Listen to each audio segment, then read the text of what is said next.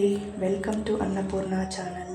ఈరోజు నేను ఎక్కువ మసాలా లేకుండా సింపుల్గా టేస్టీ వంకాయ కర్రీ చేస్తున్నాను.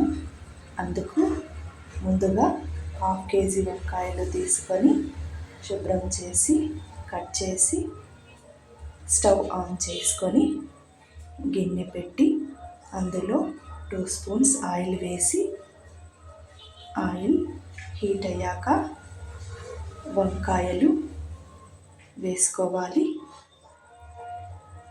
సరిపడా సాల్ట్ వేసుకోవాలి. 1/2 కేజీకి 1.5 స్పూన్ వేసాను. పసుపు 1/2 స్పూన్ వేసుకోవాలి. 2 టమోటాలు కట్ చేసి వేసుకోవాలి. ఒకసారి కలుపుకోవాలి.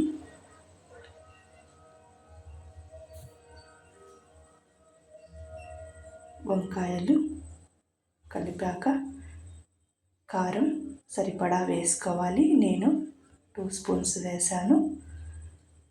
కారం వేసి కలిపి మూత పెట్టాలి. అది ఉడుకుతూ ఉండగా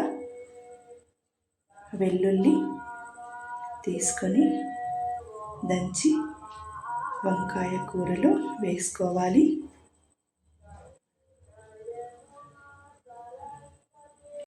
టీ గ్లాస్ అంతా వాటర్ తీసుకొని వేసుకోవాలి. ఒకసారి కలుపుకొని 10 మినిట్స్ ఉడికించి ఆ తర్వాత కొత్తిమీర వేసి 2 మినిట్స్ ఉడికించి తర్వాత దింపేసుకోవాలి. అంతేనండి, స్పైసీ వంకాయ కూర రెడీ అయింది. చపాతీలో కానీ రొట్టెలో కానీ చాలా బాగుంటుంది.